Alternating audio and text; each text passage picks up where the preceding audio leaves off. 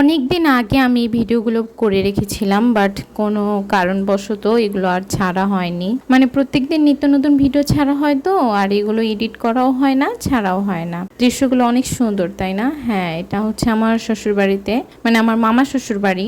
সেই দিন আমরা সবাই মিলে দাওয়াত খেতে গিয়েছিলাম আমার মামা শ্বশুরবাড়িতে। এটা হচ্ছে আমার বড় মামির রুম। আমি হচ্ছে এখানে একটু ঢংচং করতেছিলাম, ছবি তুলতেছিলাম। যেহেতু কন্টেন্ট ক্রিয়েটর, আমরা যেখানেই যাই সেখানেই তো ক্যামেরা খুলি।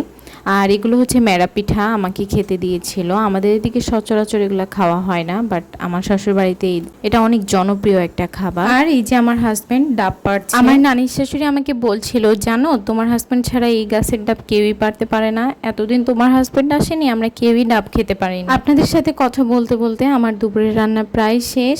আমি আজকে ডিম আর আলু দিয়ে কইডা ভাজি করেছি।